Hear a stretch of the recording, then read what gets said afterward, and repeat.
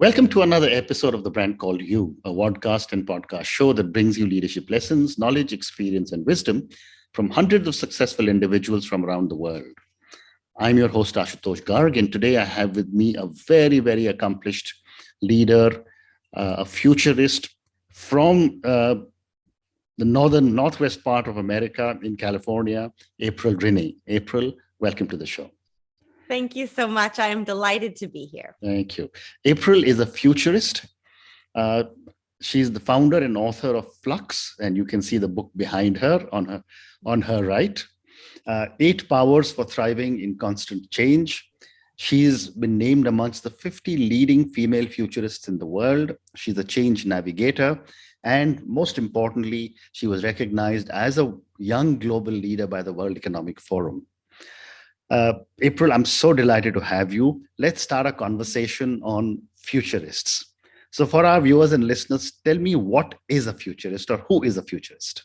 Yeah, super. Well, thank you again. And I'm delighted to dive into conversation together. Mm-hmm. It's fascinating. You know, the term futurism and what is a futurist.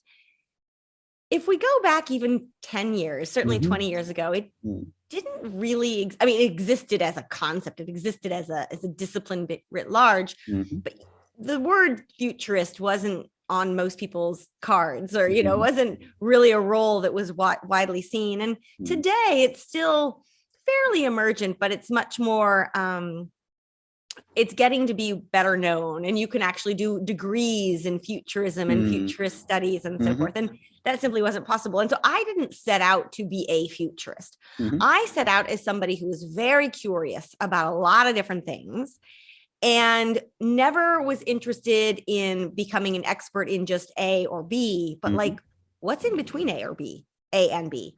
What happens when you apply A to C and D and E? You know, the interdisciplinariness of all of this. And so I have a background in quite a few different disciplines, law and finance and global development, etc. And over time, what started happening is I was paying attention and focusing on those things that go beyond, if you will, this quarter's returns. They go beyond a particular function in an organization. But I was being asked to advise companies and governments and for-profit, nonprofit around the world on where is the future heading and how do we fit into it? And as one client would say to me, you're spending time thinking about all of those things that we know are really important to our business, and yet we don't have time to look at them because we're so focused on what's happening today and putting out this fire or that fire. And even if we were looking at them, we wouldn't know where to start to learn. And so it was a sort of outside in process by which other people started saying, you're a futurist. And I was like, well, I think I'm a lawyer and I'm an investor and I'm these other things. But the future forward lens or framing is what makes futurism a discipline. It's what allows me to do what I do, but I'm really pulling on a lot of different threads and disciplines and sectors, et cetera, in any given day to weave a fabric of, again, where is the world heading writ large, and how do we individually, organizationally, collectively fit into it? So one way I do always like to sort of put out there, in the world of futurism, a pandemic was not a surprise. Okay. We knew if you're mapping out where's the future possibly heading, you know that a pandemic is not only possible, it's probable at some point in human history. We just don't know exactly when or exactly how bad it will be, but we know it's coming. Wow. And so that shifts, you know, doesn't make it easier necessarily to go through it, but that's what a futurist would look at. Also things like climate change, also things like inequalities, some of these systemic shifts and forces. But then we also get into some of the day-to-day. Fascinating. So you mentioned a few minutes ago that you can now train to become a futurist. Yes. Tell me a little more about this. Well, it's still pretty niche, but there are a range of specialized programs, usually like masters of futures studies or learning how to forecast or do foresight. And they are in universities or graduate schools. It's always at the graduate level, as far as I'm aware. In the US, in Europe, not at, it's funny, they're not at like the universities that are, I suppose, most internationally known. But some of these universities, some of these schools are developing really rich communities and fields of study, always interdisciplinary. And so if you can Google Futurist studies and you'll find a smattering, which to me is really exciting as a marker. You also do have organizations, though. The one that I always like to call out first and foremost is what's called Institute for the Future. So this is a futurist think tank, basically, and it's based in Palo Alto, California. Now, the interesting thing is it's called IFTF. That's its acronym. IFTF has been around since the 1950s. Okay. Now, that's extraordinary because that was happening before Silicon Valley was the Silicon Valley we know of it as. And that was when, another piece just of history, for a long time, I think futurism was thought of as almost like philosophy or very academic, of like a futurist would write like a science fiction novel kind of thing, right? That has changed a lot over the last 20 years in particular, in which futurism can now be very much related to here and now and the issues we face and the steps we need to take, particularly as businesses and policymakers. But again, IFTF, I think of as a good training ground for futurists. Very interesting. So, when I was reading about you, April, it was very interesting to read that you see trends early, understand their potential, and help others do the same. Can you help me understand with maybe an example or an anecdote, something you saw early? Yeah, so it's interesting. I mean, it feels like, I think when you're going through the ability, seeing trends early, when you start noticing them, you often feel like you're the odd person out. You're seeing something that other people don't. You're given a lot of flack for it. People say, that's not happening. I don't believe that. And then you look, and then a trend does happen. And I'll come back to that in just a minute. But now, as I look back over my career, I've lived long enough. I'm, getting enough gray hairs that I go, wow, that is my track record of seeing a trend, riding it through. But then what's interesting, the moment that thing becomes mainstream, I'm much less interested in it. I'm on to like, well, what's the next thing that's coming? So a couple examples that I can offer up, but one of the more recent ones is this concept. And again, go back 10 years ago, this concept of the sharing economy. So business models that are based on access rather than ownership to a range of products, services, skills, etc. So today we can think about companies like Airbnb or Lyft. We could have a debate. I'm not going to include Uber in this necessarily. Sure. We can come back to that. But you think also about talent sharing platforms in which you're tapping into somebody for a fractional portion of their time. We're looking at car sharing, ride sharing, office space sharing, electronic sharing. India is chock-a-block with sharing economy platforms. Correct. Every country on the planet has the sharing economy. So go back 10 years. And I'm looking at this at the time, a little bit more than 10 years. Now more like 13, 14 years. But I'm working also in global development, and I'm working on financial inclusion and how do we create businesses that are more sustainable and inclusive, and how do we help people earn income in new ways? And I noticed the power of a sharing economy model in which it's a new way to earn income. It's a new way to save money. It's a new way to use resources more sustainably. It's a new way to create social capital when done well. All of these things. And I'm like, the sharing economy is a thing. And at the time I was told that's crazy. That's foolish. That's something that only hippies would do. This is never going to work. All of that. And including going to Davos and the World Economic Forum and sharing the sharing economy, and people saying, you're crazy. This is just never going to work. Yep. Now, fast forward 10 years and we look at this and we're like, okay. And just as one example of Airbnb is now larger than the 5 largest hotel chains combined. Correct. 10 years ago, hotels were like, never going to work. And, I work with hotels. I work with Airbnb. I'm working with policymakers. I'm kind of in the middle of that nexus of different stakeholders. But it's funny because I go back and I'm like, yeah, that was definitely seeing something early when the rest of society, for a lot of different reasons, which we can dive into if you want, a lot of different reasons, they didn't see it. If they saw it, they didn't believe it. And yet, in so many cases, that model, that lens leapfrogged their business model and left them a little bit behind. Amazing, amazing. So, April, I'm now going to move to your book, which is Flux, 8 Superpowers for Thriving in Constant Change. Tell me about the book and your hypothesis. Sure, I'd be happy to. I can talk about Flux all day. The basic premise of Flux is that in a world of constant change, increased uncertainty, and an ever faster pace of change, that we need to radically reshape our relationship to change in order to have a healthy and productive outlook. Right. And now I always have to give the caveat that these days people are like, oh my gosh, the world is in flux. Welcome to my life. Wow. I did not write this book about 2020 or 2021 or the COVID pandemic. These things are incredible validation and acceleration of some of my ideas. But I wrote this also, I was writing it long before COVID began, and its import and its message carries far beyond that, in that we are living in a world in which more change is ahead. The future is more uncertain, not more certain. It's more unstable, not more stable. And that is not how a lot of our brains and our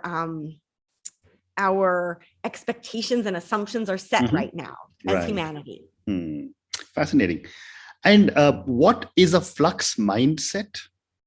Yeah, so a flux mindset is one of the central concepts of the book. And it is basically the state of mind, the ability to see all change. So that's quote unquote good change and bad change. It's expected change and unexpected change. But it's especially that really hard change, the kind of change that throws your world upside down, the kind of change you really don't want to have happen. It's the ability to see all of it as an opportunity to learn and to grow and to improve. Another way I'll put it is it's the ability to lean into uncertainty precisely because you're not trying to make it something different. And just as a quick side note here, I like to frame this, like zoom out for a minute. And we talk about change like it's one thing, like it's one word, change. Change is actually really complicated and really, really messy. Now, I meet people every day who are like, I love change. I'm a change junkie, right? And I'm always like, hold on a minute. You love the changes you can opt into. You love change you can control. So a new relationship, a new adventure, a new job, a new car, right? We love those kinds of changes. But most humans really struggle with change we can't control. So the kind of change that blindsides you on a Tuesday afternoon, it goes against your expectations, it disrupts your plans, that is flux. And so I haven't met anybody who's like, sure, I love all change. You know, that's what we're getting at. This flux mindset is the ability to see even, and especially those kinds of changes, their windows and openings to see differently, to learn differently, to be, to show up differently, and to try new things. Very interesting. Yeah, you're so right. We all love status quo ante. You know, we don't want to move anywhere because we are so comfortable. But April, moving on, you know, you also speak about 8 superpowers. I'd love to hear more about these 8 superpowers. And can anyone develop these? Absolutely. Okay. Yes, they are for everyone. And I'm jumping to the punchline, or I'm stealing a little bit of my later thunder. Everyone can develop these, and it doesn't require anything you don't already have. Okay. It doesn't require any technology. It doesn't require any money you may or may not have. It is all within you, but we need to tap into it.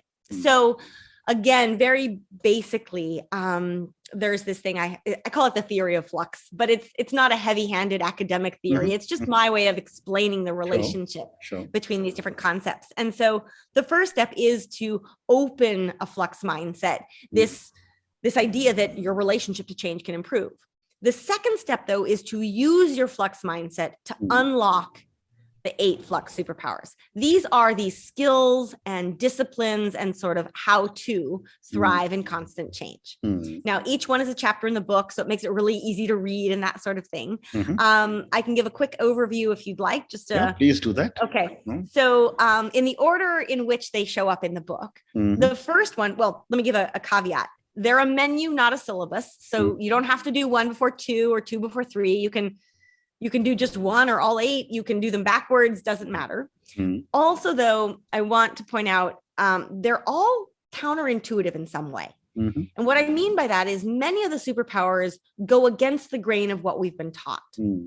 They go against, they're provocative. People go, wait, these make me uncomfortable. This is not what I was taught to think about change. And what I like to point out is that a lot of what we were taught about the world assumes that the world is kind of fixed and predictable and controllable by humans. A world in flux is the exact opposite. So it forces us to rethink, what are our superpowers? How do we navigate change? Because navigating change is the antithesis of doing something predictable or certain or stable. Correct. So with that backdrop, the first superpower is what I call run slower. Now, this is all about anxiety and burnout, but also making wiser decisions. The second superpower is see what's invisible. This is all about identifying both our blind spots, but also new insights, new opportunities, new sources of quote unquote invisible value that's been there. We've just been trained not to see it. The third superpower is get lost. This is all about our relationship to the unknown and how to stretch beyond our comfort zones. The fourth is start with trust. This is all about our relationships to one another and how do we navigate change well together? Because at the end of the day, it all comes down to trust. The fifth one is know you're enough. This is all about our obsession in modern society with more, but also our quest for true happiness, which is not actually found through more. It's found through enough. The sixth one is unique. It's related to the future of work, and it's what I call create a portfolio career. So this is all about how do we design our professional development and our identity in ways that are fit for a future of work in flux. The seventh one, we're almost done. Seventh one is be all the more human.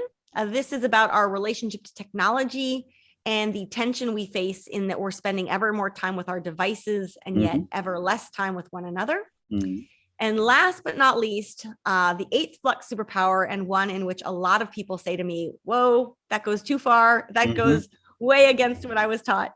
The last one is what I call let go of the future. And I could reframe it a little bit longer to say, let go of our need, our obsession with predicting and controlling the future. And this is not about giving up or failure or doomsdaying. This is about how do we get out of our own way in order to let better futures emerge. Incredible. So those are the 8. Incredible. I just love all these 8. And before I ask you any other questions, I'm assuming this book is available on Amazon.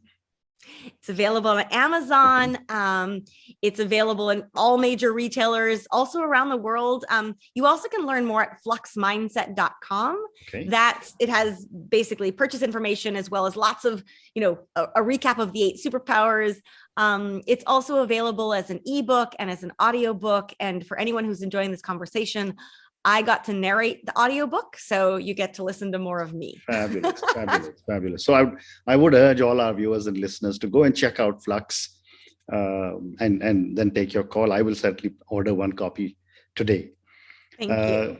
So April, I'm moving on. My next question relating to Flux is, how does culture impact Flux? I mean, there are communities in the world where you just accept what happens. There are other communities who will fight and, try and make a change. Ash, I love that you bring this up because probably one of the, if not the favorite thing for me about writing the book was introducing a whole bunch of different cultural concepts from all over the world about how we think about change.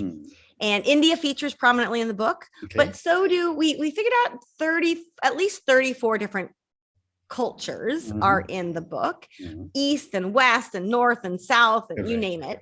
But also just in terms of my perspective on Flux, my whole career, most of my life has been international.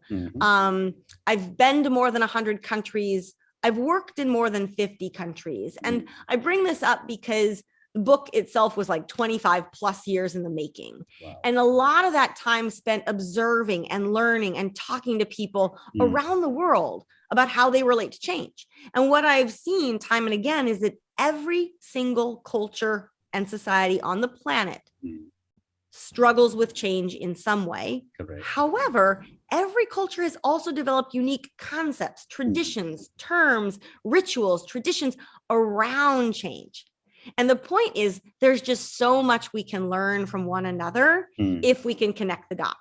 So part of what I'm trying to do in the book is connect those dots for others, not with any kind of, there's no judgment, there's no right or wrong, good or bad. It's like, did you know that some people see it this way and look at how this could help all of us?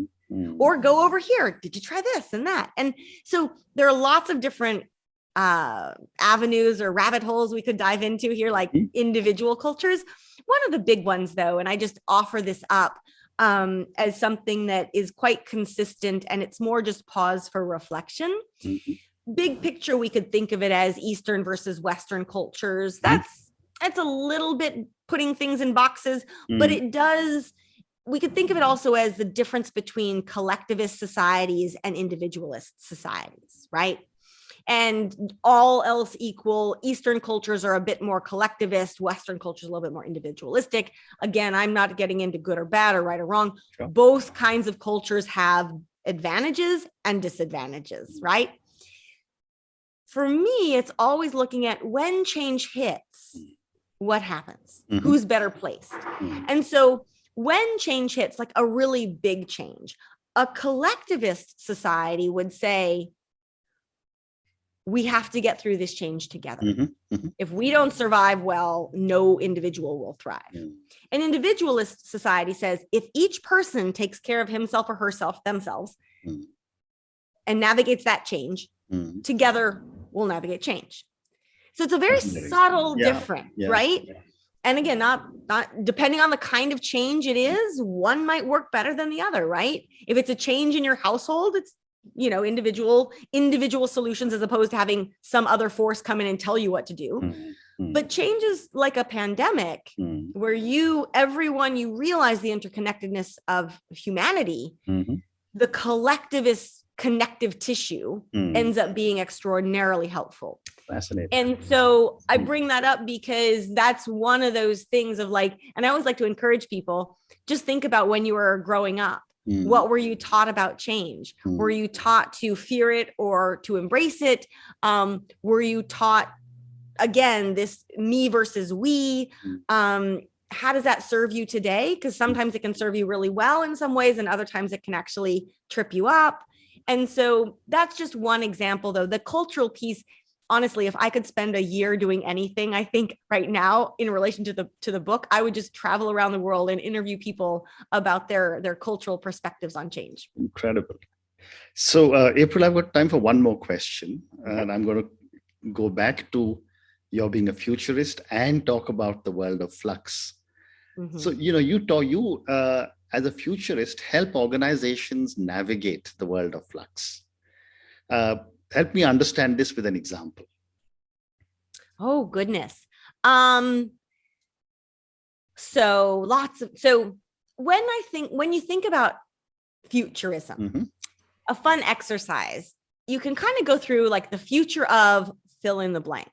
Okay. So the future of work, the future of learning, future of travel, the future of cities, the future of public health. Like go in, like, and I'm not an expert in public health. Correct. I'm not an expert in just travel, but I know enough about these different areas of different domains I'm saying, how might those forces collide on the horizon?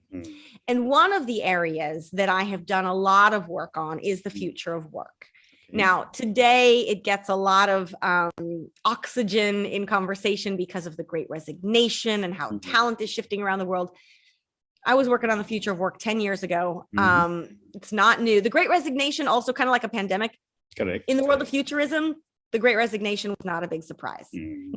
When it was going to happen and what it was going to look like, anyone's best guess. But if you look at the systems within which we're working and the ways in which individuals are being pressured more and more, and companies are trying to save money and new technologies are disrupting everything, you could sort of see that there was going to be some turning point that was going to massively disrupt, quote, the system. So here we are with the Great Resignation. So it's funny because I wrote the book before the Great Resignation, but it actually does show up in chapter 6. So anyway, back to the example. For an organization, and here you can think I've worked with a lot of like HR departments who are mostly, they're trying to figure out, how do we figure out where the best talent is to hire? And how do we help them grow and climb the corporate ladder? And I'm sitting here saying, that is not the future of work. The future of work is not just jobs. It's not just climbing a corporate ladder. It's not just paying people more. So I'm saying, have you looked at the rise of remote work? Have you looked at the rise of, well, until 2020, right? Remote work. I was talking about it back in 2015. We were like, that's crazy. Have you looked at the rise of independent work? And here I'm not talking only about the gig economy. I'm talking about Ivy League credentialed professionals saying, I want more flexibility. I'm going to go solo. Have you looked at automation? So that kind of, are you doing this horizon thinking? Because if you're only focused on hiring the best university graduates today to put them on a career path, you are missing the vast majority of what's happening in the workplace. But also then you link the future of work to, well, what does that mean for higher education or education in general? What does that mean for the future of cities and where people will be living or working if remote work comes into play? All of a sudden, urban planning changes. What does that mean about the future of travel? What does, and so that's one example. So I'm coming into an organization, technically I'm working with HR, but we are not doing what is in a typical HR director job profile. Right? Correct. Well said. April, on that note, thank you so much for speaking to me. Thank you for talking to me at such length about who a futurist is and some of the incredible work you're doing as a futurist. Thank you for talking to me about your book, Flux, the 8 Superpowers for Thriving in Constant Change. And you, just before we started recording, you told me that this book is now being translated into 10 different languages, I think, around the world. So good luck with the launch of all the new language editions of Flux. And good luck and thank you for everything that you're doing for the world. Thank you so much. My joy, my pleasure, my honor. Thank you for listening to the Brand Called You videocast and podcast, a platform that brings you knowledge, experience, and wisdom of hundreds of successful individuals from around the world. Do visit our website www.tbcy.in to watch and listen to the stories of many more individuals. You can also follow us on YouTube, Facebook, Instagram, and Twitter. Just search for the Brand Called You.